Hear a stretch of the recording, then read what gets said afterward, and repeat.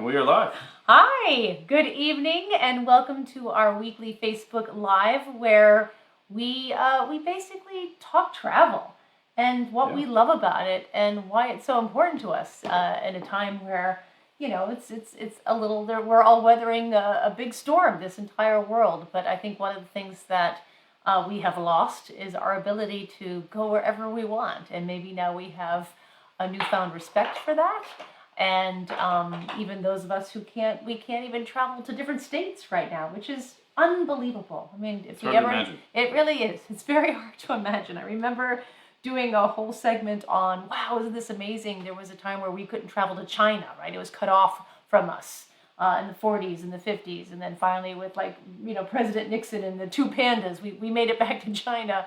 But here we are. And I know if you're like me, you read the news and it can be very disheartening, just kind of where we're at, and we still have a bit of ways to go. So we feel that these Wednesday chats have become even more important to reiterate and reinforce why we love to travel, and that is because we get to have room service and people make our beds. No, I'm sorry. What is it? No, we get to meet people. That's what it is. We get to meet.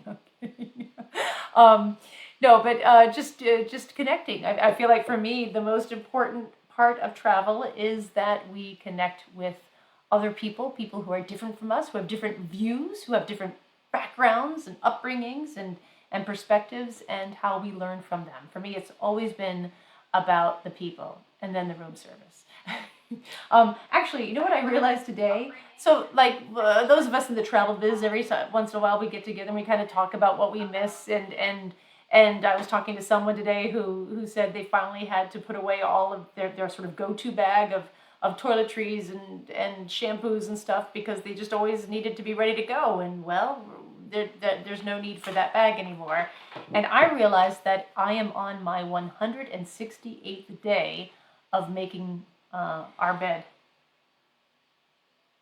I make a bed too. Well, all right, so we do it together. Well, we're married, so people, I hope, we're married-ish. Make the bed-ish. Oh, okay. I was like, all right, that's the end of this Facebook Live. No, but I just, when you travel all the time, like, you have people make your beds, you have food delivered to you, and we've had to make our bed for every day. And I feel very strongly that, and that's why you started, because, I get a little upset when the bed goes unmade. Yeah. Because I remember watching this sort of like how to be a productive human being, like a talk given to us by like a military guy. Mm-hmm. And he said the most important thing you can do to start your day out right is to make your bed. Never let your bed go unmade. And I was like, yeah, I'm winning. And I've always taken that to heart. I think I've made my bed every day since I've got, well, not when I stay in hotels.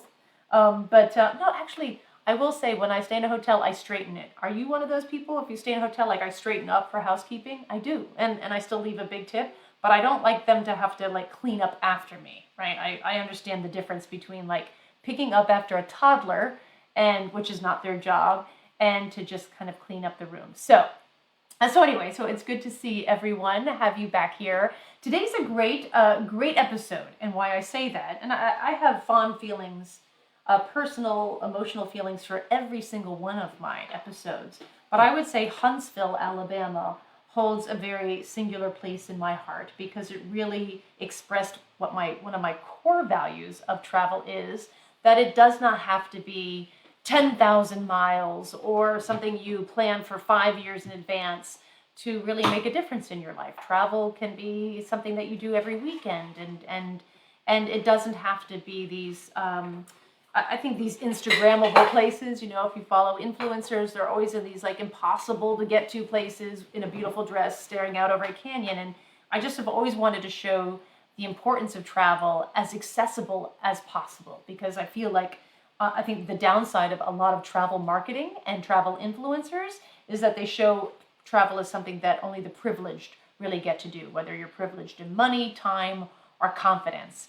And that really, everywhere is a great travel destination, right? I truly believe that. And I feel like, we live in New York City, and although we're not here now, but I feel like places like New York City and San Francisco and Paris and Rome get all this attention when there's this whole just wonderful flow, a current of wonderful destinations that have just as fascinating people, remarkable achievements, just singular experiences in a beautiful location, and yet they're never considered a travelable location.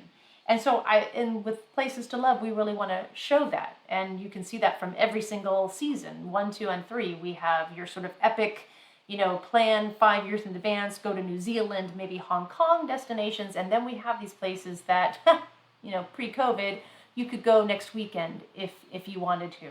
But also, my most important value of travel, why I feel it is important, and what we try to bring forth in every episode, is just that why we travel, the importance of it, for me anyway, is that it makes us feel like we belong to this world. And Huntsville, Alabama, may not conjure up any of those feelings of belonging to the world, and yet what happened there changed the world. And what is happening there now is changing the world. And yet, of course, they're humble, they're low key, and it's just a phenomenal, I would say, phenomenal period, not question mark, phenomenal places to go. I went there to speak at an event and fell in love with it. And that's when I was like, Kevin, we should do this. This place is fantastic. It's really special. And like Kevin said last week, if you were here, it was the only episode that I scouted myself. Now, a scout is I go beforehand, or Kevin goes beforehand, or our wonderful director Sylvia Kaminer goes maybe a month, 3 weeks before we're there to shoot, and scouts everything. So if we do 9 scenes or setups, or maybe 8 setups, we scout like 15. I would say we double it. And then from that roster, it's like chorus line. It's like, you're picking and choosing to kind of create your story.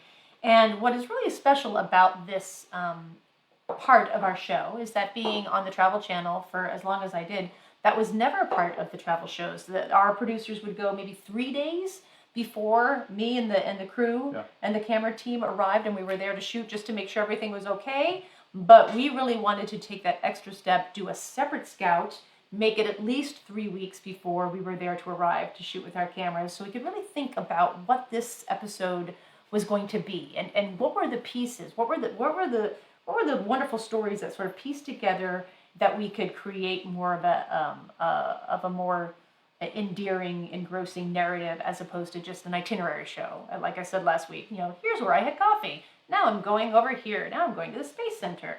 We really wanted to connect the dots in a way that creates this flowing story that you just get swept up in and enjoy. And so I scouted this episode. I think I did a really good job. You did a great job. It's exhausting. I will never do it again. I'll never do it again. It's really hard. It's so much easier for me to be a host and show up with my cameras and know, hey, this is what we're doing. But when you're meeting everybody, you start at 7 a.m. and you end at 10 p.m. And it's just go, and you're documenting along the way. Documenting along the way. You're seeing who you connect with. You're just all these things. And for me, just emotionally, I was a basket case. But I didn't, because I fell in love with everybody, and I'm just like, oh my gosh, oh my God, there's just so much to do here. So there was, so I leave the scouting to this guy. So that's a whole art in itself, is scouting the show and really choosing what goes into the show. And it has nothing to do with, I would say things that don't make the show, don't necessarily, it's not because they didn't pan out, it's just, we start to see a story, and it's not a part of that story. And it doesn't mean it's not good. It's that one thing that I did in Huntsville that I really enjoyed was the dining there. It's a really great town for high-end dining. There's a lot of chefs doing really great things there. But just, and you'll see what, the angle we went to, I wanted to go away from the high-end. We rarely do high-end dining, I would say. Sometimes we do it, but we stick to, again, just like, what's accessible? What can people watch the show and go, what? That's exactly what I like. Samantha. Yes. Oh. Liza Base is a very important question. What are you two drinking tonight? Was that shut up and let's drink? Yeah. So cheers. Cheers. So Kevin, I'm going to turn it over to Kevin. This is a very special cocktail. Yeah. Cheers. Cheers. Wow, nice. And while we're on that, Subject, Stephanie, our friend Stephanie, her husband's mixing it up right now All right. in Alabama. There's Wait a Stephanie. minute. Stephanie is from Alabama this entire time. You have been such an amazing part of all of our Facebook Live, Stephanie. I had no idea you were from Alabama. Oh, this is where it's all coming together. This is what it's all about. But, we featured beer in this episode. We did. Straight to Ale, the microbrewery, and unfortunately I couldn't get that up here. So I started thinking about cocktails and what we could do and kind of some fun things. I did a little research, and it turns out that this cocktail, that if anyone wants to look it up, it's on. We posted it 2 days ago, the recipe and how to make it. But it's called the Moonwalk, and there was a famous bartender at the Savoy Hotel in London that he made famous cocktails for everybody. He made one for Churchill. What does London know about going to the moon? Well, it's the American bar in okay. all the fancy cocktail bars in Europe are called the American bars, the one in the Ritz and stuff. But he made a specialty cocktail to celebrate the moon landing, the walking on the moon, and he came up with it. It's grapefruit juice, like a Grand Marnier kind of thing, a few drops of rose water, and then champagne. It's a pretty simple cocktail to make. The rose water is the hard one to find, but that's pretty straightforward. But the fun thing is that he sent a flask of this cocktail to where the astronauts were in quarantine after they came back from the moon. And the first thing that Neil Armstrong drank after he got out of quarantine was this cocktail. That's awesome. Yeah. And we're all kind of in a quarantine right now. Exactly. So this is perfect. Does that mean we're out of quarantine now? I think so. I feel like I've gone to the moon and back here. Cheers. So should we start Huntsville? Is there anything else we want to say about Huntsville, Alabama, other than we just love it? I know. Oh my gosh, this is the biggest. Oh my gosh, the elephant in the room. We have a special guest tonight. Yeah. No, we're really excited, and it's funny. We've actually wanted to bring people in from the show, kind of call in and talk a little bit more about stories told and untold on the show, and we've just never gotten around to it. But as soon as we got to Huntsville, I turned to you and I said, "Call this person now. I just want to talk to this person, see how they're doing." One of my favorites, absolutely. So you have to wait till after the show? You'll have to wait till after the show, because it's wonderful. And you will want to hear the number one story that they told on camera. I cut it from the show. Because we like cutting number one stories. And I've never regretted anything more in my life. And I'll tell you why I know I should regret it, but it's one of the best stories I've ever heard. And I cut it from the show because it was season one. It was season one, so I figured those things out. Like, I wouldn't cut that now. But so we're going to have this person on to tell you that story to you. And believe me, you want to talk about a feel-good story during these times? This is a feel-good story. So I think we should start the Huntsville, Alabama. And here comes the fancy transition. Whoa! In northern Alabama, there's a small city with one incredible distinction. It's where the space race began, and the work here put man on the moon. But doing great things seems to be a common theme here, whether it's in technology or the arts. And the simple fact that something hasn't been done before doesn't seem to faze, well, anyone. And whether it's the beauty, artisanship, or just the plain guts it takes to dream and accomplish the unfathomable, travelers are beginning to take notice. From outer space to uber local, this is Huntsville, Alabama. I'm Samantha Brown, and I've traveled all over this world. And I'm always looking to find the destinations, the experiences, and most importantly, the people who make us feel like we're really a part of a place. That's why I have a love of travel, and why these are my places to love. They are my places to love. Samantha Brown's Places to Love is made possible by Europe is a treasure trove of fascinating history. Rich culture. Yeah, we've just done so these are our sponsors right here. Alma Waterways they've been with us from the beginning, and we're really excited to announce that the Bordeaux cruise that was canceled this year in August has been rebooked for next year this same time.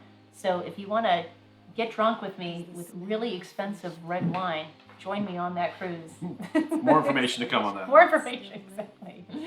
Go RVing. I know RVing is just taking off right now because of this peculiar summer, and I know people love it. That's one of our most popular episodes. Actually, we'll be doing that at our very last episode. Oregon.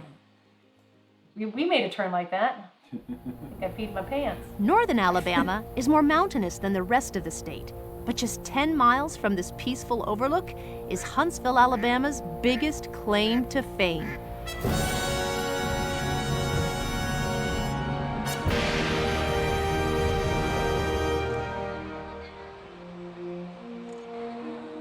Welcome to the U.S. Space and Rocket Center, a massive interactive science museum boasting one of the largest collections of space artifacts on the planet.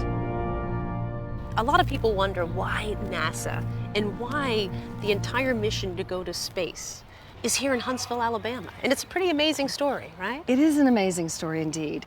I'm Dr. Deborah Barnhart. I'm a retired U.S. Navy captain, and I'm the CEO of the U.S. Space and Rocket Center, home of Space Camp. Houston kind of... Yeah. She's a rock star. Like, I wanted to be her. She drove a Tesla. She's wearing wedge heels with an open toe. There's no one cooler. She's the CEO of the Space and Rocket Center. And not only is she, she's a retired Navy captain. I believe she's one of the first 5 females. She could even be the #1 female to have been the captain of a naval ship. Phenomenal. Just, so already person #1, it's like, bam, just blows you out of the water in terms of her accomplishments and her ability to walk in heels. That's my kind of woman. It takes care of the building that is Space Station and trains the astronauts. Huntsville controls all the science experiments. So all of the different scientific researchers, all of that is managed and controlled out of Huntsville. It begins at World War II. Once the German rocket team was brought from Germany to the U.S. Were they captured? They were prisoners of peace. The French wanted them, even the English, and the Russians wanted them, of course the Germans still wanted them. And the fact that they voted to come to the United States, that they voted to bring their technology to a free nation where they knew they'd be able to pursue their dreams of going to space, speaks volumes. And there is a father of our space program. Werner von Braun, from the beginning, he always had his eyes on the stars. He just circumstantially became engaged in World War II when, of course, his country went to war and they called upon him for the expertise that he had. But he always had that vision of the future and that vision of going to the stars. But von Braun also saw that future as important and wanted to be sure that we had a workforce to take us on to Mars. So he was actually walking through this very rocket park a long time ago when the center first opened. And he said to the director, he said, we've got cheerleading camp and band camp and football camp. Why can't we have a science camp? Why can't we have a space camp? So we started Space Camp in 1982, and 750,000 graduates later, they're on their way to Mars. So far, 7 graduates of Space Camp have gone on to become astronauts. 6 of the 7 are women. So a really great story about Space Camp is that it was in danger of being cut. Can you believe that? After, I think it was founded in 1982. I remember because then Matthew Broderick starred in the movie of the same name, like in 1986. Really? Yeah, I think so. I think that's why I knew about Space Camp, because it was starred Matthew Broderick. So Space Camp was in danger because of the devastating effects of COVID-19.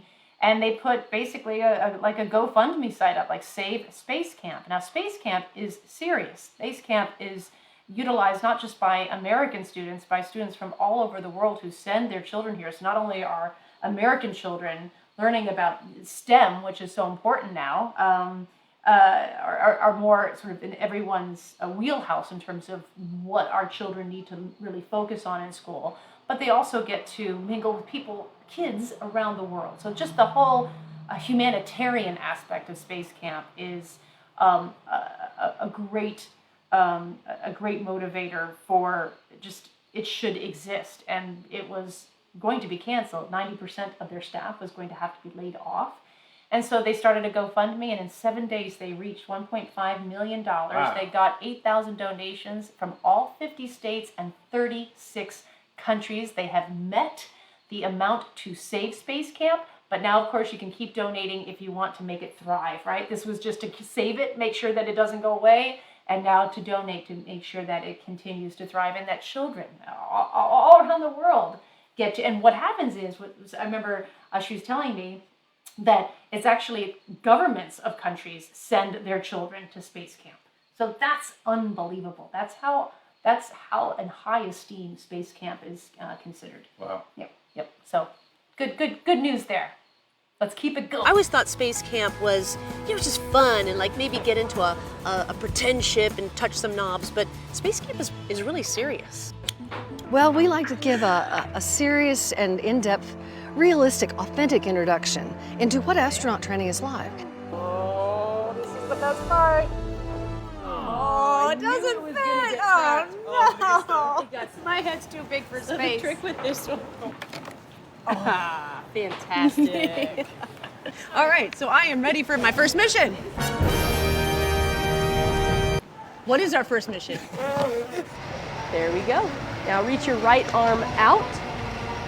The mission is an EVA, an extravehicular activity, on a full-scale model of the get to do a lot of International cool things. Space Station. Oh yeah. Can I just tell you? When you're That's speaking an to amazing me from thing. Earth, Yeah, how many miles away are we? At any point in and I time, can you're talk going over to this. You be can keep this 200 going. to 250 So this miles. is an actual inch-by-inch replica of the space station. This is exactly the size. It's a perfect model of, and this is how you really train. And they do have adult space camp, so you can do this. I'm not doing something that only like 10-year-olds get to do, although I am acting like one now. But it really is phenomenal being in a part of something that we just hear about and we know it's up in space. But again, that sort of humanitarian effort that was sort of lost on me of the space station, and that it is an international space station. It's the ISS, and it's the United States, Russia, Japan, European nations all come together on this station and to work together. So again, what is really, I just thought mind-blowing about being there at the U.S. Rocket and Space Center is just, it's not just this American ideal, it's a world idea of coming together. Whether you're 10 years old or astronauts, fixing a space station, it's about how we all work together as a world. And now what's really amazing about Huntsville is they are a part of the task to get us to Mars, which is pretty cool. Now, if you can't make time for space camp, there's a universe of other wonders available at the Davidson Center for Space Exploration, like this, an actual Saturn V, the rocket that propelled American astronauts into space and ultimately to Great the shot. moon. Thank you, Brian. And you can't find a better authority to talk to about how America got to the moon than a man who helped put us there. Country made a commitment. We're going to go to the moon. We're going to beat the Russians in this decade. And that's what we all signed up to do. I'm Alex McCool. I worked for NASA many, many years, helped put 12 men on the moon with this big Saturn V rocket. Alex McCool was an essential. So Alex McCool, I actually teared up talking to him because he was an amazing man. And I say was because we lost him a month ago. And truly, I mean, he was a part of the space program before there was a space program. He worked at Redstone, which I believe is the name of the base right now. And that's where they brought Werner von Braun and his team. And when I asked, why out of all the places in the world did you bring a German team to Huntsville, Alabama? And it was because, if you know anything about, was it Operation Paperclip? Which is actually, that is, who knows about Operation Paperclip? I didn't until I went to Huntsville, Alabama. This is what, I just loved being there because I learned so many things. The Germans, the rocket team that were prisoners of peace, which is how Kevin and I describe our marriage, they knew the war was coming to an end and Germany was losing. And the Russians wanted them and the United States wanted them. And I think the story goes, Werner von Braun sent his brother on a bicycle because they knew that the Allied forces, the Americans, were close by in Germany. Go get the Americans, tell them to bring us to them, and we will go peacefully. They wanted to come to the United States. They knew that they would be safe. So once we got them, they still knew that that wouldn't stop the need for the Russians and even the Germans to get them again. So they had to hide them, let them work, but hide them in a place so they couldn't go to Houston, Texas. They couldn't go to Washington, D.C. They couldn't go to New York. So they came to Huntsville, Alabama, where they were safe. And Mr. Alex McCool, best name, most appropriate name ever, got to work with them from day one before there was even a NASA. And then after that, then became, so this man that you're looking at right now is the reason why the United States, or one of them, of course, it's a huge team of people, but he is instrumental in the reason why the United States got to the moon before anybody else. Still the most incredible feat by man to this day. And here he is. Worked for NASA many, many years, helped put 12 men on the moon with this big Saturn V rocket. Alex McCool was an essential designer on the propulsion team here in Huntsville, which means that it was his job to figure out how to get a 6 million pound structure off the ground and on its way to the moon. You were able to do something that most people, I would imagine, thought was Impossible. That's right. That's very difficult. Where do you start when there's nothing to build upon and there's no computer we can go to say, oh, well, what did they do? Well, see, this was before the computer age. We used slide rules. We used slide rules. I don't mean to laugh, but that's amazing. Well, we graduated to mechanical calculators and then eventually got to some of the computers. Nothing like we have today. You had this. That's right. These are the largest rocket engines on the planet. There's 3 stages there. The first stage, its job is the thrust. Get away from Earth's gravity. This stage right here. That's this first and there's stage here. 1, 2, 3, 4, 5. 5 engines. That's the largest engine, called the F1 engine, 1.5 million pound thrust. I worked on that engine. So that's your baby right there. That's it. That's called the F1 engine, the largest engine. Now, we blew a lot of them up with what we call combustion instability. But it's not meant to be destroyed. It's what happens when things just aren't. That was the problem. We spent $1 billion in the early 60s trying to fix it. Trial and error, trial and error. Well, how does it feel when you see all these kids? Oh, I love it, man. I love to talk to them. They're enthusiastic about it. They believe in all this. This is great. When you finally made it to the moon, what was your reaction? Oh, man, I tell you, I thought I died going to heaven. I'm telling you, wonderful, wonderful, all the years. So I would say, Mr. McCool, that you are no doubt a national treasure. And you are a hero to so many people. I don't know. I appreciate everything, opportunities I've had, and I'm blessed to be able to do that. Whenever I travel in the United States. So yeah, a really wonderful moment. And I'll never forget, before the cameras were rolling, him kind of taking me through and literally teaching me rocket science. And as he's taking me through the different stages of the Saturn V, and there's only one of 3 of them made, and that's one of them that you're looking at, that you're standing under. The entire time, I'm just thinking, yeah, this is never going to work. This is not, we're not. And totally forgetting that, yeah, we did it 40, 50 years ago. We made it to the moon. But my mind was like, I don't know, no, not going to do it. And so you just realize where the people who work for NASA are dreamers. And of course, they're scientists and they're so technical, but what they do dream of the impossible. And they make it happen. And he did it with a slide rule. Well, I was going to put it up there. Our friend Daniel. Oh, exactly. Oh my gosh, even I had a little professor calculator in the 80s. But one thing that he told me, and this is while the cameras were off, and we were just kind of chatting, he said, and he got very serious. He said, I wasn't, he's like, I was, how do I say this? He really regretted not being able to be with his children as much. This job took everything from him. And he wasn't, he said, the dad that I really wanted to be to my children. And hopefully, he's like, I got to be that to my grandchildren. And I remember when we posted this show the first time we aired it, his grandchildren chimed in on Facebook and that's granddaddy. Yeah. Wow, and so they're cool. so proud of him. And so I know he is survived by his children, and your father thought about you so much. And I don't know, I just thought that was needed to say, because obviously his sacrifice and maybe his family's sacrifice and his children's sacrifice of not seeing their dad, Mr. McCool, every night at 5.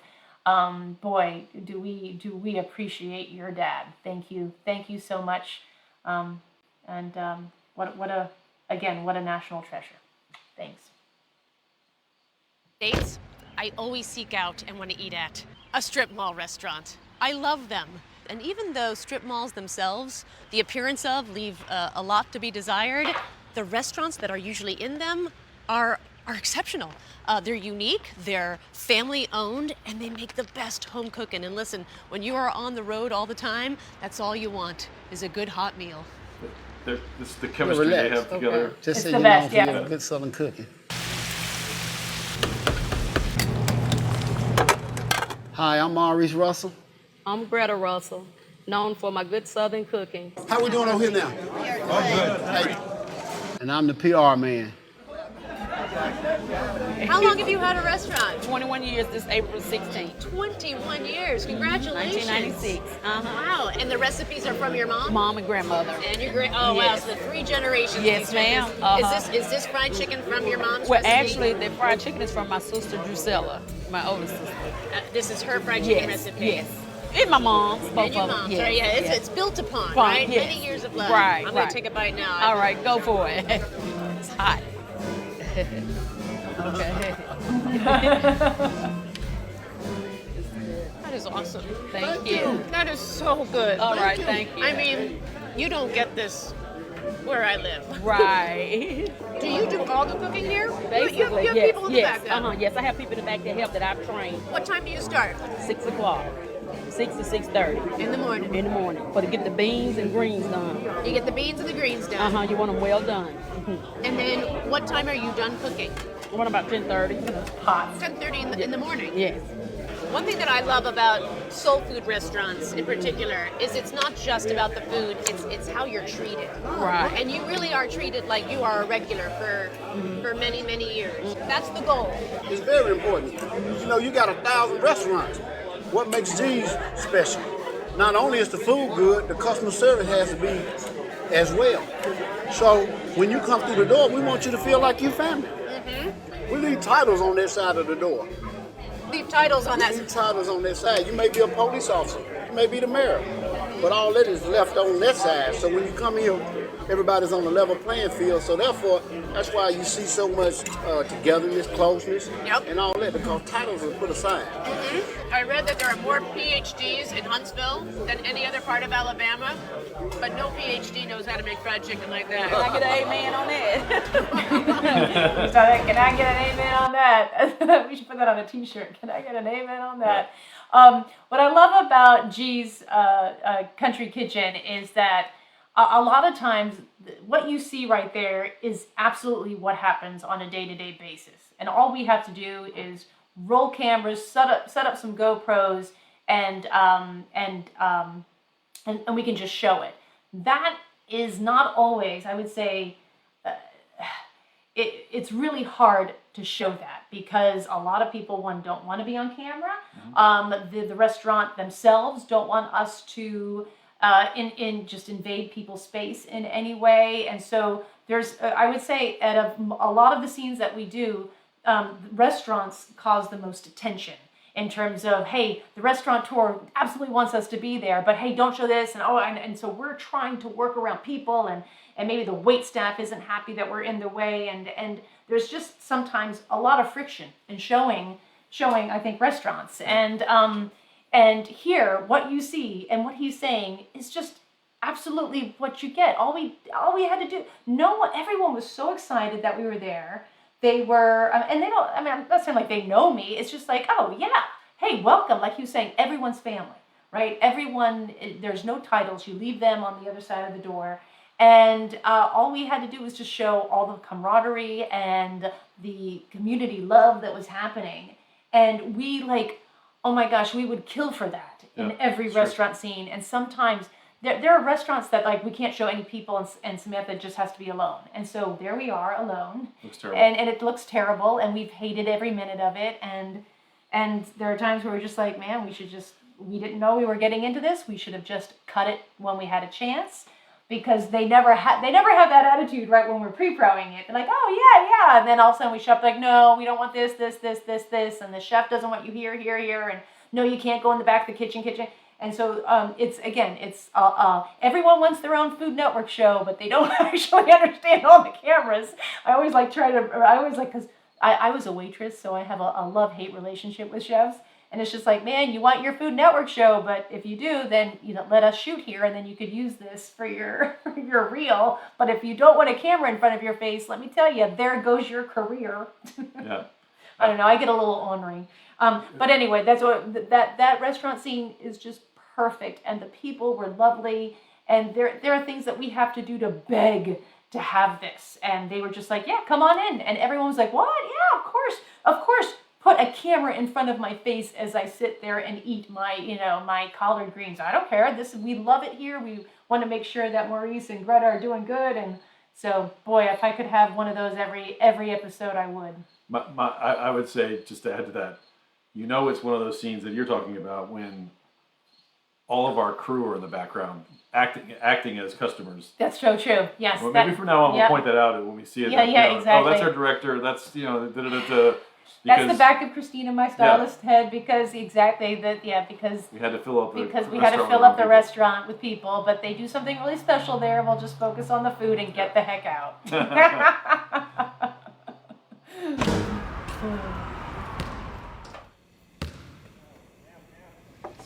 So when you were in junior high school, were you picked for the teams? Was that just because I like being in a junior high school gym, it's bringing up a few bad memories for me right now. I played a couple of sports. High school football was a big deal. Alabama, yeah, I've heard about that. Growing up in the South, you're either playing the sports or you're reading the books. Well, as you can imagine, this is not your typical junior high school. What used to be the R.L. Stone Middle School in Huntsville is now, among other things, the home of a brewery called Straight to Ale, which is where I would have been sent if I had been caught drinking in my middle school. One big reason why this craft brewery even exists in this location is the work of this woman, Carrie Partain, president of an organization that's name is also its rallying cry. Free the hops. What was your mission? We wanted to change Prohibition-era laws that were still on the Alabama books so we could have breweries all over the state. And how many years did it take you to do that? We formed in 2004. We incorporated in 2007. We changed the first law in 2009 and the last one in 2012. I hope so. Carrie's one of my favorites. Your mission is complete. Hi, Carrie. Our mission as far as the legislation is complete. Now we've got to educate the state on why they want to embrace the craft brewing industry. So it seems appropriate that we are now in a junior high school talking about beer education. Absolutely. Cheers. Beer education. To not being in junior high school. Again, ever. Carrie was one of those other, she was the president. She might still be the president of Free the Hops. Tell us if you are. But Carrie was one of those amazing Huntsville people who had their passion and they also had their job. And she told me what her job was, and then I asked her specifics, and she couldn't tell me anything more because it's all like, and I think she literally said, well, I could tell you, but then I'd have to kill you. And then you're like, I bet you would have to kill me, right? But everyone in Huntsville has this other life that just blows your mind. It's like stuff from sci-fi films. I think one person I talked to, they made pastry, but then they also wrote Black Hawk helicopter manuals, and so Carrie's just one of those phenomenally interesting women who really set it with this group to change the laws. And they were laws like that growing up in New England, everyone drank beer, right? So it was strange to know that places had laws like brewers couldn't actually sell from the brewery, right. Distilleries couldn't, it had to be 6% alcohol or under. So they got it, so I believe, so it could be over that. So that's really the craft brewing style, a little more alcohol involved. Mm-hmm. And that they could sell like growlers. So just like simple things that I think a lot of people, I'm sure watching right now, are really part of the craft brewing moment that's been so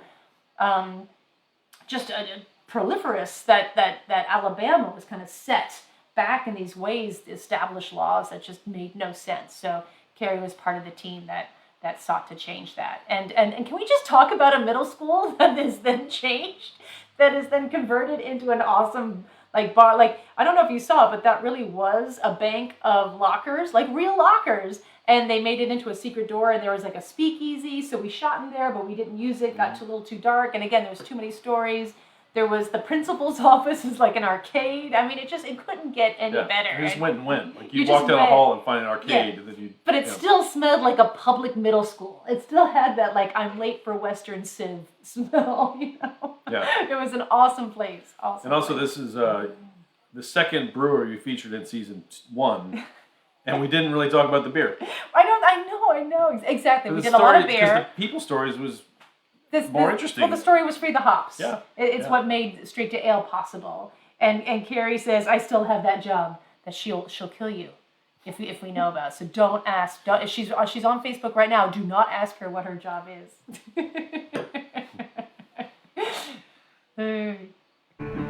Huntsville today is a dynamic epicenter of technology.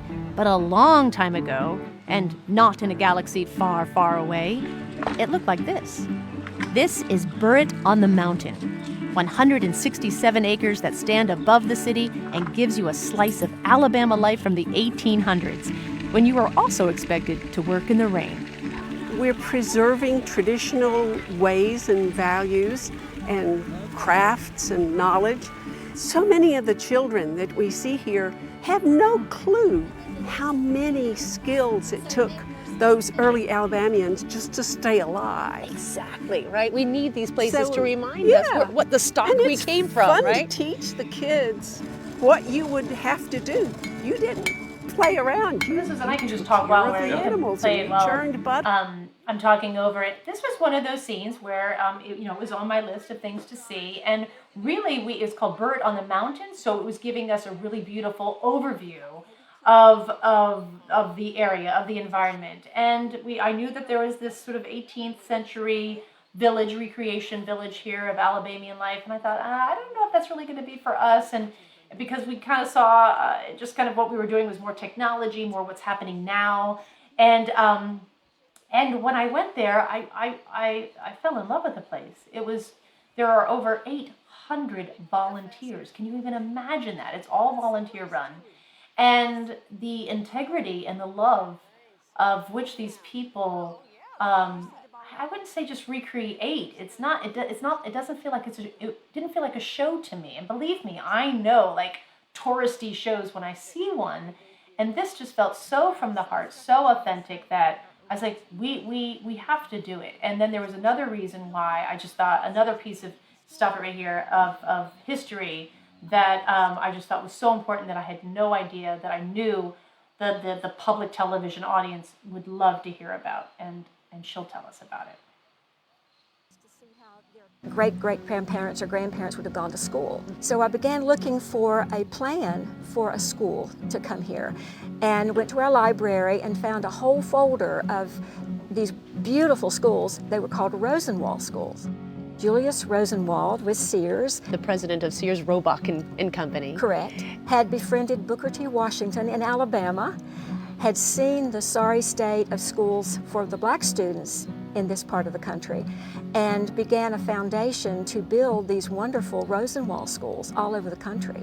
There are over 5,000 that were built in the South. And that is sort of the same vein in which we have the school right now that's being currently built on site here. It was a community effort. Yes, the whole community came together to get our Rosenwald rebuilt school so that all of our fourth graders in the area can experience the past.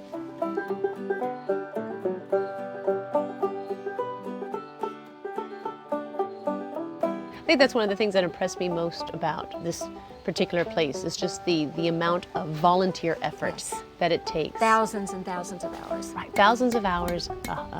Over 800 people, I believe, are a part of this effort to keep history alive. I think it's important for us to realize where we came from so we know where we're going.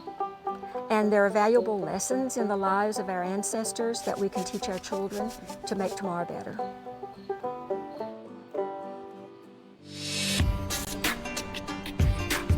There's a homegrown and serious art scene here in Huntsville that rivals cities twice its size. And here's one reason why.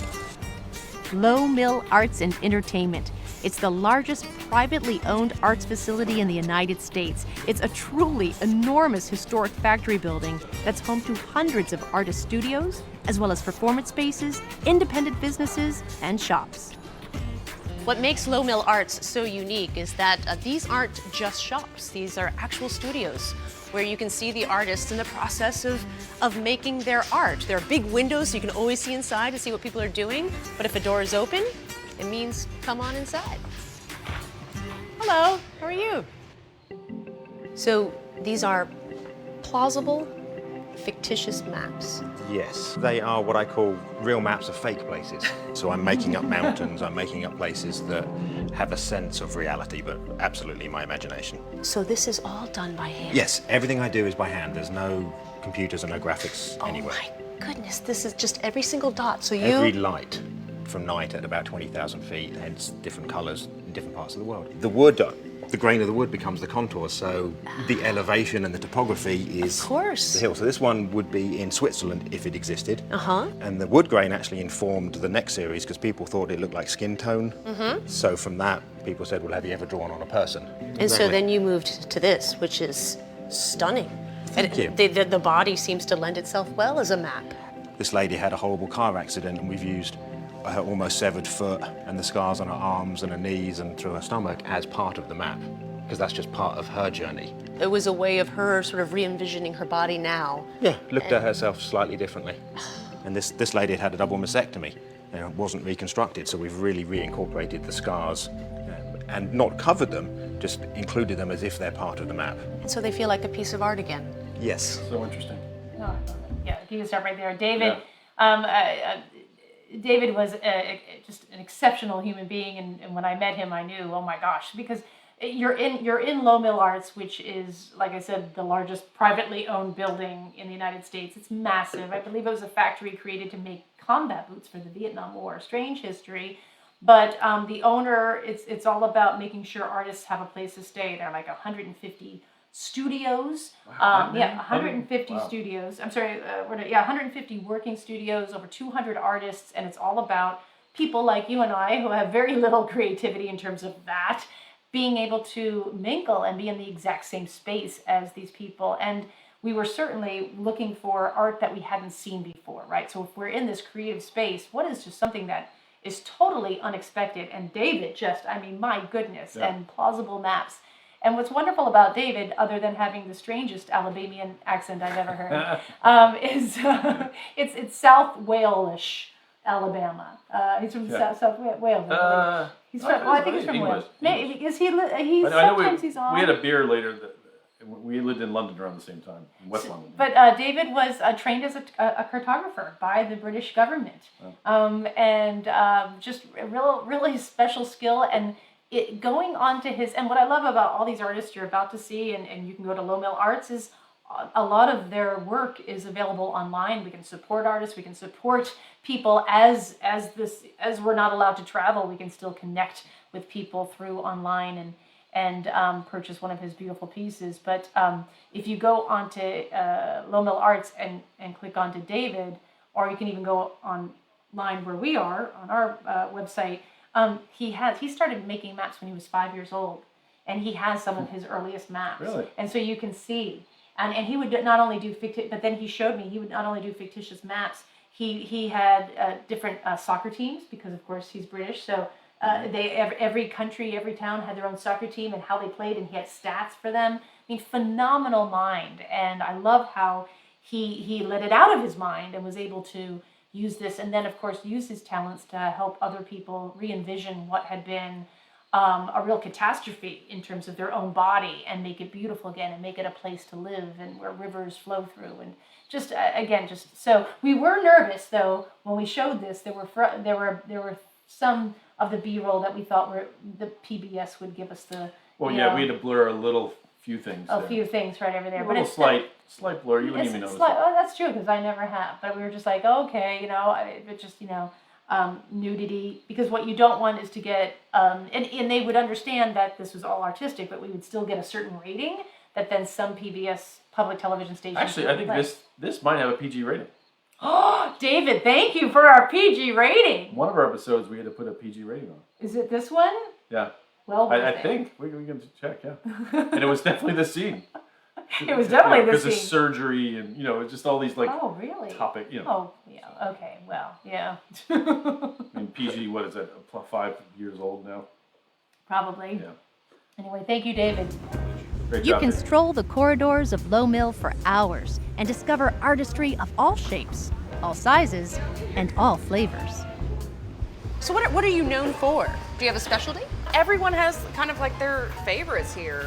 But look at this. I do declare local goat cheese, local honey, balsamic vinegar, and a creamy dark chocolate. And whoa, I'll take a few of those. Yes, yeah, try that. That is one that people ask every year, when is it coming back? When is the I do declare coming back? Because we phase it out. Why does it go away?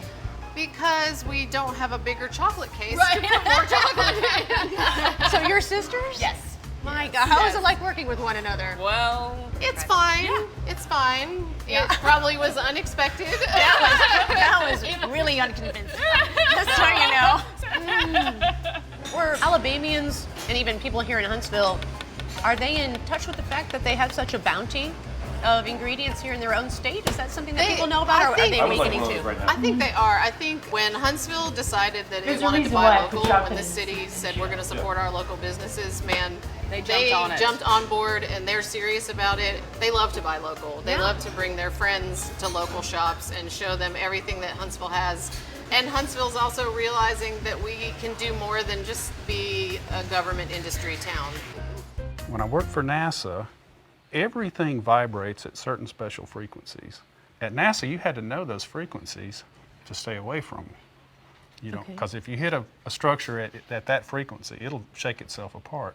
Okay. On guitars, we do exactly the opposite. We try to put this thing right on that frequency so it'll vibrate so good, it'd just be perfect. I'm Danny Davis. I had the pleasure of being a mechanical engineer at NASA for 30 years, and now I hand make acoustic guitars and mandolins. This could be a satellite that's going to go in orbit, and NASA would take that satellite, hang it up, and tap it. And Tap it with what? a hammer, a little hammer, and it's got instruments all over it.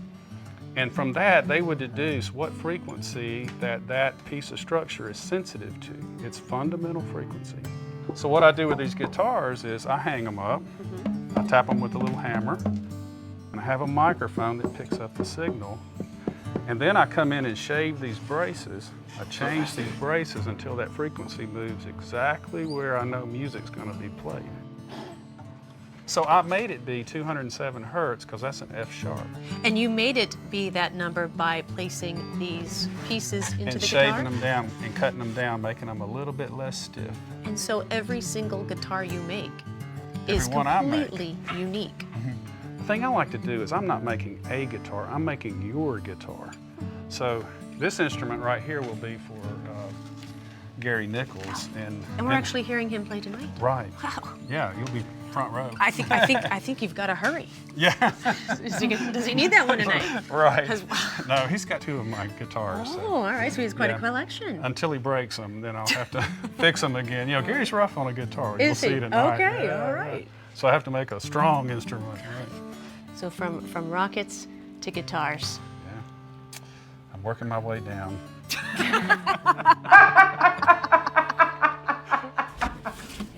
Danny said that you're a little rough on the guitars. Guitars and vehicles, yeah.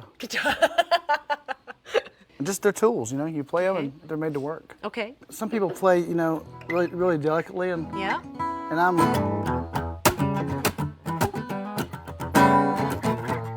just kind of heavy-handed. Mhm. So do what you do, and hopefully you do it well. Hey everybody. Gary Nichols.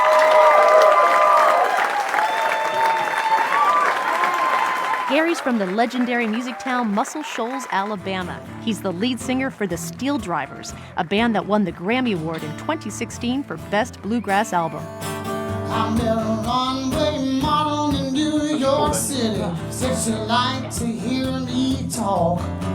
I said, thank you, ma'am. I'm from Alabama, but I said anything to what you want.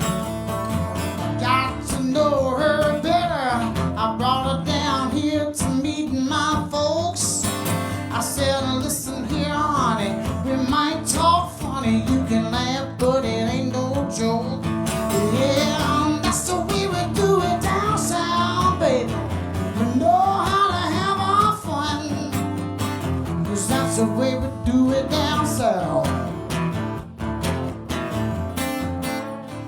Huntsville has a unique set of people who came together on a mission, and the result is an astonishing cultural blend of intellect, passion, and vision.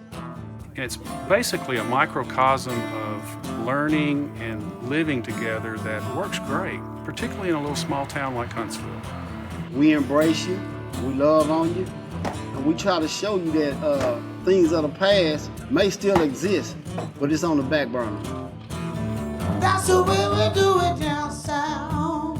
When you get to experience a creativity that spans from the 19th to the 21st century, when you get to share in the passion and effort it took to accomplish the greatest achievement known to man, when you can sink your teeth into a meal that makes you feel like you were born and raised here, that is when we share a love of travel. And that's why Huntsville, Alabama is a place to love.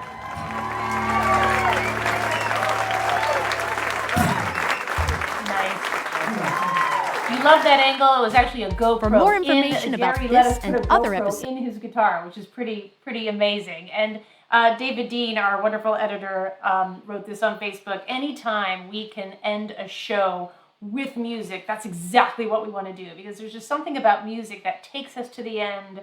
And for Gary to agree to do this, for us to get the rights to that song, to use it, and to have the whole audience there, it just made it. And that scene would not be possible were it not for Danny Davis. And so we would like to bring him on. I hope he's been waiting patiently and he's back behind the kitchen by the mantelpiece. Come on, Danny. Hey there, how are you? Can you hear us, Danny? Hello, Danny? Can he hear us? I don't think so, but I love his new haircut. It looks great, and it looks like he's at Tangled Strings right now. Can he hear? Can you hear? Danny? All right, I'll text him. I think he's going to text him. We'll come back Danny, to Danny. pick up the phone. Can you hear me? All right. We'll come back to Danny. Wait. Oh, wait, can you hear it? Can you hear us? That's weird. Okay. Why don't you talk a little bit about Huntsville? And So when we knew we were going to work with Danny, he is the one who arranged everything. Not only does he make guitars in that space, but it's also a concert space, a small venue performing arts space. And he said, well, how about I can just put something together and I'll call Gary. Yeah, he'll come down. And so even though he was scheduled to be on that night, Danny made sure that everything was available to us and kind of became our producer of the end of the show. So if you are from Huntsville and watching, just know that Danny really helped us out here, because someone like Gary Nichols, that's a pretty big score for a small public television show like ourselves. But like we said, Gary Nichols is from Muscle Shoals, which has its own history. And even though Huntsville doesn't have the musical history that Muscle Shoals, Alabama does, of course they enjoy it, and everyone there really enjoys the music. But Danny was, we had such a wonderful time with him. I believe they brought dinner in for us and everything. Yeah, they did. Back, because it was going to be a long day with them, and he knew we were at Low Mill for the entire day, just about, and then we still had to work throughout the night. And I just really appreciated that. When you feed us, it's unbelievable. It's so lovely. Mm-hmm. Is he on? Are you waiting? Or? No, I don't know what happened. It was working all day. We tested it twice. Oh, no! And he was online the whole time, and then all of a sudden it stopped working. He was? Oh, gosh. Well, he's smiling now. Can you hear? Oh, wait, okay. hold on. Let's see. Can you hear us, Danny? I can hear you now. Yay! All right. We're back. We're back. I redialed in really quickly. Man, what great fingers here. How many NASA mechanics does it take to get on Facebook Live? One. Danny, it is so great to see you. Like I said, I love your haircut. Oh, thank you. This lady, Delilah, comes in the front door. Next thing, I can't pick up a beer can. I was just telling our Facebook Live audience how you were instrumental in getting Gary Nichols there that night and making sure that everything was okay. There's a lot of going back and forth when it comes to a show, videoing, a musician, rights to music, the space, and you really were just imperative, and just that what we needed in making that the end of Huntsville, Alabama, our show, possible. So thank you for that. Oh, it was a great pleasure. And actually, the secret sauce is my wife does all that stuff. You know, wives are usually the secret sauce. I think I'm the wife in the situation. Oh, that's true. That's true. You are the wife. I'm okay with that. But you have a great space, and as for those who are watching on Facebook Live, you were just seeing it. That is the space that Danny also creates, makes his guitars, and it's also a performing arts space. So again, a wonderful synergy of an artisan at work, and then the finished product, and then the audience, and how everyone responds to the live music atmosphere. And we were kind of talking about the space and how great it was, and your wife at the time was kind of fixing everything, making sure everything was perfect, and you said, well, my wife does everything. She's designed this whole space. I'm like, oh, is she an interior designer? And you said, no, you take it away, Danny. She trains astronauts. I mean, come on. She trains astronauts. That's a thing. Yeah, and she goes to Russia to train cosmonauts. You know, you were talking about Alex earlier, being away from his family. Well, the same, you know, my wife was committed to her career and building up that space station capability. And, you know, she was weeks in Europe and in Russia and Japan and all that. But wow. We missed her, but it was a good job she did. Yeah, exactly. No, she's fantastic. It's interesting. Give us a little, you know, because obviously we are seeing each other in different times with COVID-19. Right. Tell us how Low Mill Arts is handling it and how people can still enjoy it.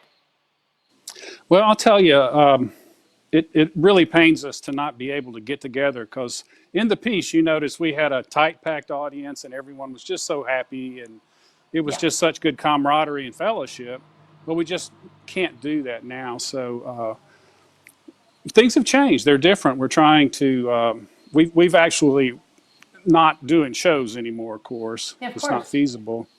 So we've decided to take that same space and convert it into a guitar factory. So we're making more acoustic guitar instruments. And actually guitars are doing real well now. I guess people are at home and thinking, hey, what could I learn today? I was going to ask you that question, because I would imagine you're just the musical version of the bicycle. Like, you can't buy a bicycle these days because everyone got a bicycle. Well, what else am I going to do for this time? Oh, I don't think I've met anyone who wouldn't want to learn how to play the guitar. The guitar is sort of where everyone wants to start, right? It's you a wonderful instrument. Yes, exactly. Well, we're doing okay. We're doing okay. I actually, though, I want to kind of bridge this time where we can't do shows and make sure we're utilizing the space that we have to be as productive as it possibly can be.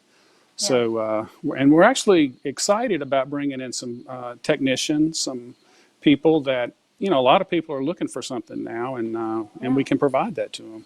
Yeah, absolutely. So. And I know Low Mill is open to the public, so if you live in Huntsville, because that's such a heart and soul of your city. I mean, it's just it's so important to the people there.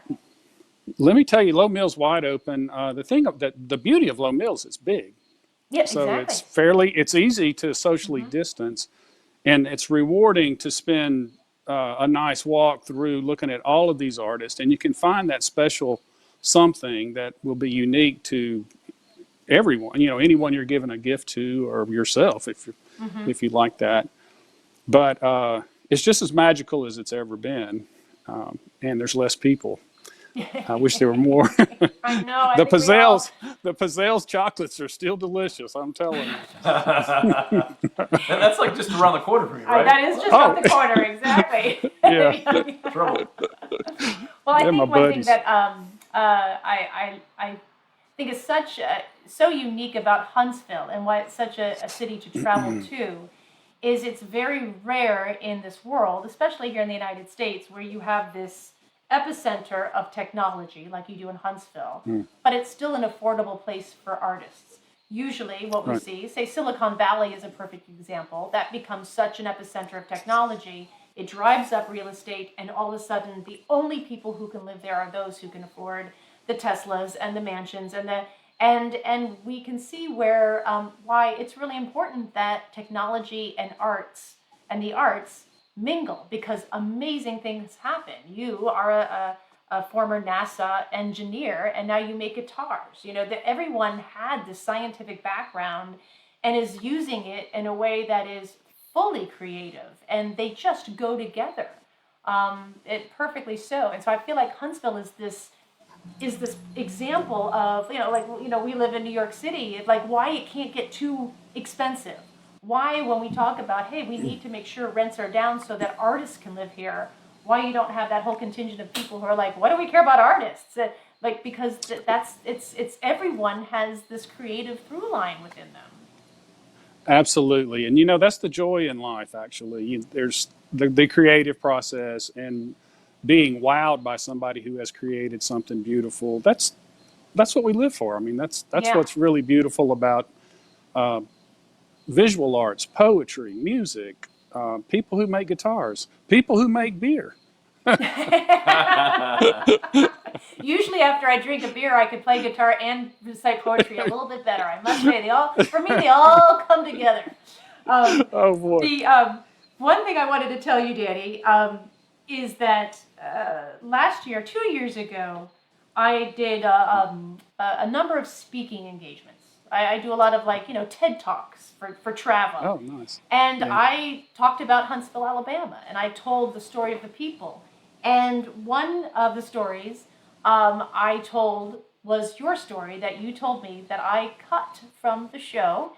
And I can tell you that I knew by the audience reaction, and I speak to, 500 to 1,000 people at a time, like when they heard your story, the reaction, I just thought, oh, did I make a mistake? Because people the audience was electrified by it. So I would like to redeem myself a little bit and have you tell the story that I cut from the show, but have it be told by the person who lived it. So I want everyone watching Facebook Live tonight, this is Danny Davis's first day on the job when he was hired by NASA over 30 years ago. Take it away, Danny. Well, it was pressure. Interesting. No pressure, right. So there I was. 20,000 people against me. No, it was really interesting. First day on the job, the boss says, hey, I got this package in New York I need you to take to California. Well, the package was the Hubble Space Telescope, the part of it. And how old are you? 25 years old. It took me a minute to get out of school. But anyway, taking $1 billion, well, at that point, it was probably several $1 billion worth of telescope across the country without hurting it is a big deal. And so, of course, I had a lot of team that was guiding me on what to do. But it was just so much fun working on that team to package that telescope up in a moving clean room. Moving across by the roads, we looked like we were taking over the country. But since we had NASA written on the side of that vehicle, people were giving us the big thumbs up in the air, high fives and all that. And we would take Polaroids of them and throw them the Polaroid as they drove by.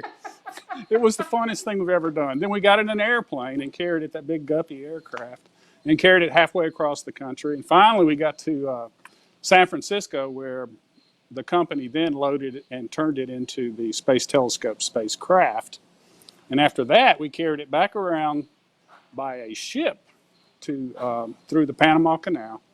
Oh my and God. Got it. Finally Were you got on the it ship? to. No, I didn't ride the ship. Okay. I was. Yeah, they had moved me on after the road trip. Wow. They said, "Oh, we got to get this guy sorted." But anyway, they finally got it into the space shuttle and put it in orbit. Wow. Well, I remember one of the things you told me first, though, is that because the Hubble telescope is like this, it's massive. So you were taking what would turn out to be one of the most important pieces of spacecraft, right? The Galileo's telescope was like the next best thing to the Hubble in terms of accomplishments. And it was just on the back of a truck, and you were taking up way too much room, right? And people were not happy. Oh, yeah. Because you were going like they were 45 not miles per hour in like a 70 mile per hour zone. So I at don't first think we there was broke not 10 a lot miles of an hour. love. Yeah, how fast? No. We were not going fast. We were going super slow. And when we did the dry run, we didn't have NASA written on the payload, on the You didn't. box. And people, no, and they were upset about it. But as soon as we put NASA on that box, people understood. Yeah. And they were delighted, you know. They loved it. Where were you in New York? It was, we went into Newburgh, New York, and then drove up to Danbury. Wow. Yeah, and then went up to Danbury, Connecticut. And Danbury, Connecticut is exactly where the telescope was built, but it got on the airplane to go across the country in Newburgh at an Air Force base down there. Yeah, that's not So, far from us. And now you can follow the really? Hubble on Instagram. right. I follow the Hubble on Instagram. It has 3.5 million followers. Wow. But I mean, I think that, you know, one thing about, I know a lot of, especially our Facebook audience, is we were all young then. And the space Yeah. program was just so much a part of the hope of our country. And everything that came out of NASA was this, oh my gosh, you know, we're still, I don't know. There was a magic there that I know now everyone has for the space, the mission to Mars. I mean, that really gets us excited. And if Alex McCool was, you know, one of the architects of the F1, which is still the most powerful rocket engine in the world, still to this day, correct? What they made. And then the mission to Mars, the SLS, am I correct? The SLS, right, the Artemis That's going to be the program. next one. Yeah. Yeah. It's coming along great, too, by the way. And if you're not excited about it, you should be, because it's wonderful. And they're making that in Huntsville as well, the SLS.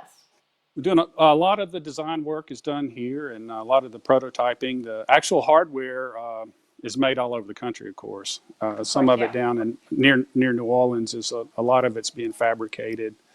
A lot of the preliminary work that was done right here in Huntsville, though, the development of the tooling and how these pieces go together, and we test them here too. We just had the massive hydrogen tank here in Huntsville, and they tested it until it broke, which was a substantial event. I mean, they planned on breaking it, but it was just a really exciting test to see that. Of course, they do a lot of amazing testing here. So. Yeah, I think I talked to you when Alex McCool was saying that, you know, back in the day, if you lived in Huntsville, you know, everyone knew that there'd be these like strange rumblings, or all of a sudden be this earthquake, and it's just like, oh, you know, we're going to the moon, or, you know, strange things happen, and people just are like, you know, it's Huntsville. It's what happens when you're, you know, one of the think tanks of one of the most important missions in the world. So, we would always know when there was an engine test we used to test the space shuttle engine here. We would come home and all the dining plates in the dining hutch would all be rolled to one end of the dining hutch. Hey, Danny, our editor, David Dean, has a question for you. I don't know if you can read that, but he asked, do you play live in your space sometimes? Yeah. You know, I play. The money that I get usually is when they're trying to make me quit. They'll start throwing money. No, I really do enjoy playing out as sort of a hobby. I play with my son, who is an amazing musician, and there's nothing I can mess up that he can't fix in 2 measures. So, but I really enjoyed that. I've really only ever played my own guitars. Occasionally, I'll play some of those store-bought instruments, but I try to stay away from them. I would think so. You just want to see kind of what your competition is not, I would imagine. Right? Yeah, right. Could you talk a bit about your guitars? What makes your guitar special? Well, as I mentioned in the piece, I do a lot of frequency testing on those instruments, so they vibrate just right. And first of all, you just got to make a good instrument. The craftsmanship has to be good. And I didn't invent the guitar, and I'm not reinventing the guitar, but when I put them together, I make sure that they're put together right. Then I take that extra step to make sure they have the exact right frequency response to music. And that means when they're played, they're just going to come alive, because that is designed to be excited by those frequencies. That structure is designed to be excited by those frequencies. And it works. You make mostly custom guitars. So is that part of the process? If I wanted to buy a guitar from you, you have the kind of a dialogue. What are some of the questions you ask someone when you're going to make a guitar for them custom? Well, it starts out, what kind of music do you play, and how do you want this guitar to sound? And generally, we'll play a few guitars. And that's when I'll pick a body size, a body style, tone woods, the top, what type woods we're going to use. And then it kind of moves into what aesthetic do you want for this instrument? I mean, what is it that would say to someone else, yeah, this is my guitar, this is part of me, and I'm really proud to have this instrument. And then finally, we start talking about how that guitar should feel to that artist. Like, what do you want that neck to feel like in your hand? And I can carve, the necks are made from a block of wood, so I really don't care. I just want to know, what is it that feels good? How does that guitar feel good? What size neck do you want? A big wide neck, a little neck? Those kind of things. But when all that comes together, it's really a special moment handing that guitar over to a customer. And watching them connect with it, and then sometimes they come back and I miss them so much,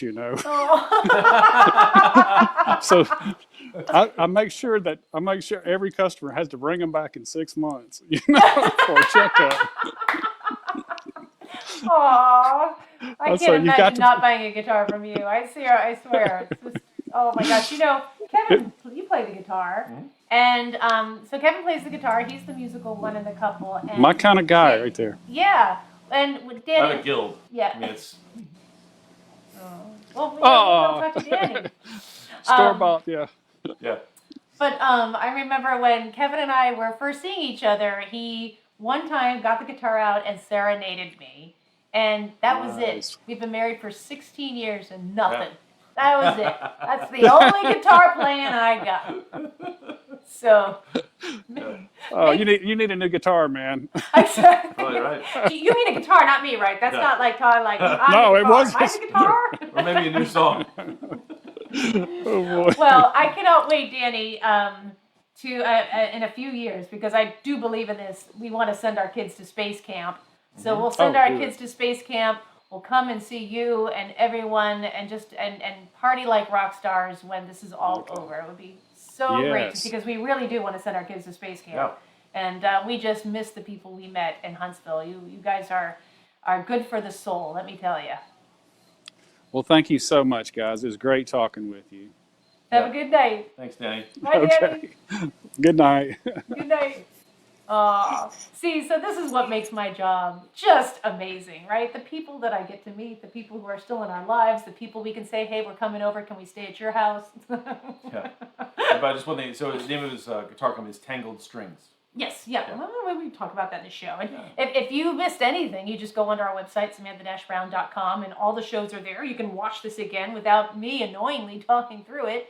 But I do want to kind of give you back stories on a lot of the scenes and just sort of the personal stories. But can you believe I didn't let him tell that story of how he basically escorted the Hubble telescope. Virginia Kokoski has a good line there. Party like rocket stars. Party like rocket stars, Samantha. Huntsville, we're partying like rocket stars. You know what? And that brings up a good point, because the U.S. Am I saying this right? U.S. Space and Rocket Center. Like I think. That sounds right. Yeah, I think that sounds right. So the where all the Saturn V was, they have the best gift shop. And what I loved about their, like, they've got like oven mitts, but in the shape of course, like, astronaut gloves, right? And they got all kinds of fun things. But I got my kids great shirts there, and one of them was I got a shirt for me that said when I was young there were 9 planets, and I love that because I hate the fact that Pluto is no longer considered a real planet. It's now a dwarf planet. It was made dwarf planet status, and this happened when I was out of school, because all of a sudden it was like there was only 8 planets. I'm like, well, what happened to Pluto? And so they have all these great T-shirts commemorating the fact that there's a whole group of us that are like, no, Pluto is a planet, and so it's anyway. it's a good. But Party Like Rocket Stars, that's a good one, definitely. Just a couple questions. First of all, we're still answering questions. If anyone has any about Huntsville or anything, we have at least one person from the Huntsville tourism group online, so maybe they could also help out. Hey guys, how's it going? Hello. We talked about the Space Center, about Save Space Camp, and how that all happened. So that's great. Wendy Wood, just I love the PBS shirt. Yeah, it's vintage too. Yep, yeah. And I have never gotten more comments on a shirt than wearing this shirt. And just walking down the street, hey PBS! Is that right? Yeah, totally. Like in Brooklyn? Yeah. Like people you wouldn't expect to yell out like your shirt, bro. Like a tough biker. Yeah. Yeah, exactly. I've had all kinds of people comment on my shirt. Like, I love this old house. Yeah, because PBS is awesome. It is awesome. It is awesome. There is something because Michaela, our wonderful friend Michaela from Barefoot Travels. Travel Barefoot. Travel. Yeah. See, I've already had one drink. Too. I know. But she's on PBS as well. But she pointed out it's amazing to be on the same network as Sesame Street. You know you're doing something right when you're on the same network as Mr. Rogers. Is Big Bird, Mr. Rogers. Yeah. There's just quality. Someone at the very beginning we were talking about hotel stuff. Scott asked a question. Where do you leave the tip in the hotel? So what I usually do is you never leave money directly on the pillow because I feel like that's just just put a card under it. It's because it's a little dirty. I think just put it on it. But so you always want to put it right on the pillow, but I always put something under it so it's not touching the pillow because money's dirty. I don't know why. Because if you put it on the side, they might not think, okay, that might not be for me and I'm not going to take it. So right on the pillow so it's really obvious and then you're good to go.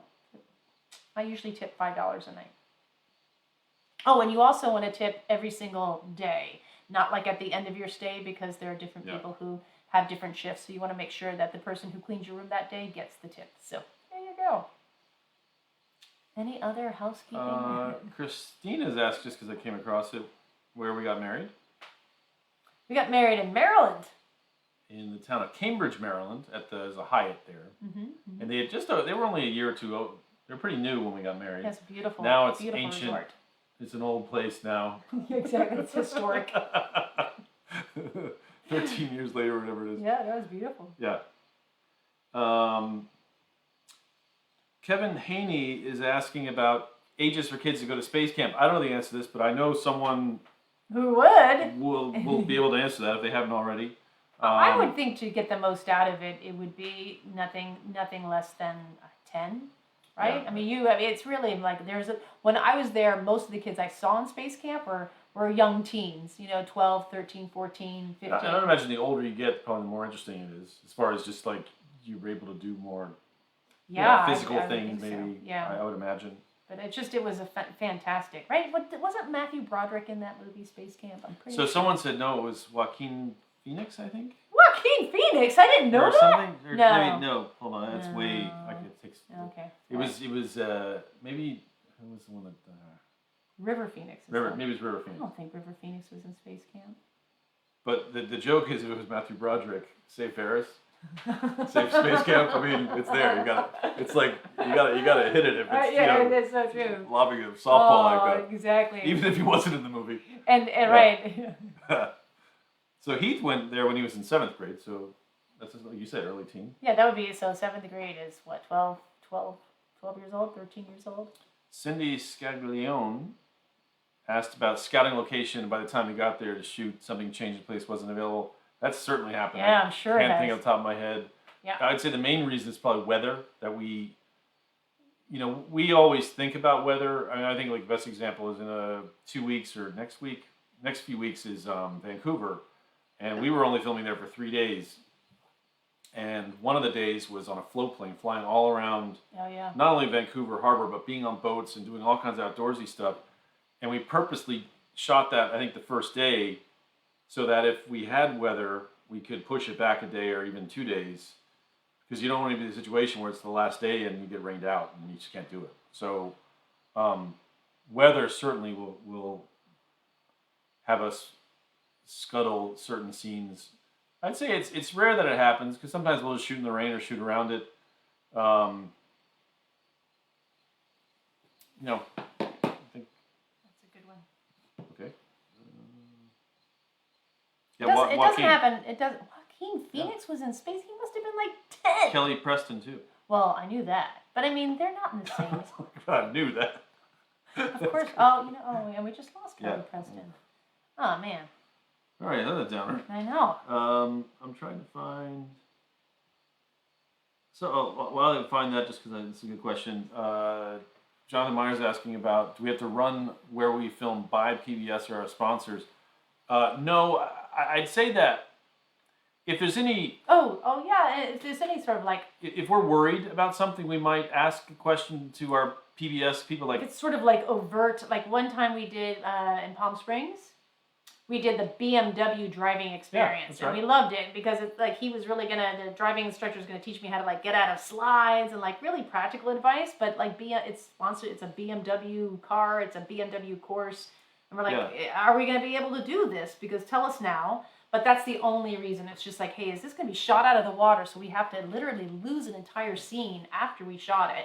We will definitely run it by them, and I would say every time we have, they're like, no, go for it. Just shoot it in a respectable way because. Being PBS and publicly funded taxpayers, you can't show advertising. Like, I can't have these, if you watch any sort of shows now, it's like, go to your Frigidaire refrigerator and pick up your, Kenmar knife, and everything has a brand, and none of that happens in public television for the better. And so when anything kind of could be, even if we do hotels or anything that's overtly commercial. Yeah, we will. Because like that BMW scene, the official place was called the BMW Performance Driving Center. It wasn't called the Palm Springs Racetrack, and they had a bunch of BMWs. It was actually owned by BMW. Yeah. So we couldn't get around that. One of the best things I've ever did. Yeah, oh my God, it was so much fun. I drive a minivan for a living. To get behind a BMW and just do 360s, it was like, oh my God, all my dreams, all my suburban mom dreams are coming true right now. But when we filmed in New Hampshire this last year, at the Mount Washington Hotel. The official name of it is the Omni Mount Washington Hotel. Yeah. They just get funny about brands. That's all. And so, understandably so. And what they asked us to do is just, as we're filming in that BMW thing, is just not have like the whole screen filled up with a BMW logo. And we did our best. And I think there was a couple shots. And I was driving so fast, you wouldn't know. No, there's a couple scenes like they said, hey, you got to cut that out. Just too much logo. And I think we all get it. But I think for us, it's not like we were sponsored by BMW and trying to promote this brand that is paying us money. It wasn't that at all. I would love that. Boy, I love that. I would love to be sponsored by BMW. That'd be the best. It was just the BMW, reality if you're watching right of now. shooting a show that's what caused that problem. Great question, though. Yeah, that's great. Very good question. We want to travel to Cooperstown from the city and support interstate travel. How do you feel about staying in hotels now? I think that's a great idea, Tyler. I do think any way we can support travel that is within the restrictions, which is being responsible, absolutely do it. And we'll be joining you soon. I think I would stay in a hotel. I would either want to make it a brand that I knew.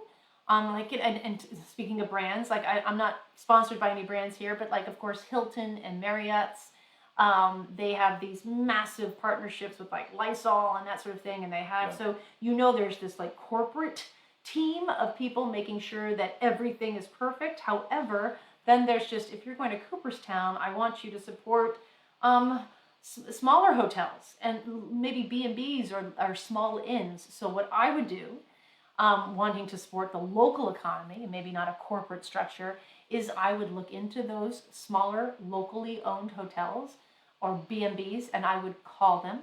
I would look online and see what they have in terms of what they're doing. They should have a COVID response right on their website. If they don't, I would see that as a red flag. And then after I read what they were doing, I would also call them and say, these are my concerns, and have them just talk. And when they start to talk to you, really infer what they're saying to you, how they're saying it, what their message is, how strong their message is, how eloquently they are stating their COVID response, I would listen for that. If they are, saying, well, we've got, oh, don't you worry because, oh, we've got it hand. I would want to listen for real professionalism. Yeah. And that's where, I'm talking to, just a lot of people who have locally owned businesses. Like, you've got to get very serious about people's safety and how they feel. And so, so that's what I would do. I like the big brands because I know they have these big corporate statements and I believe they have the money behind it, but I want you to support locally owned businesses and small inns, but I would call them and I would go online to see what their response was and make sure that it's that it is up to speed of what should be happening. Really important question. Are Thanks, the Susan. apples on your mantle real? If so, are they the same ones? That's sweet. That's a very good question. Yes, they are real. No, they are not. My kids go through a lot of apples. And just so you know, the massive ones are Honey Crisps. And then the smaller ones are Galas. So we're a Honey Crisp Gala apple family. With 2 limes and 2 avocados. And just begging for guacamole right there. Yeah, and then throw in some of the Swedish fish that's there. It's a whole international event. Yeah.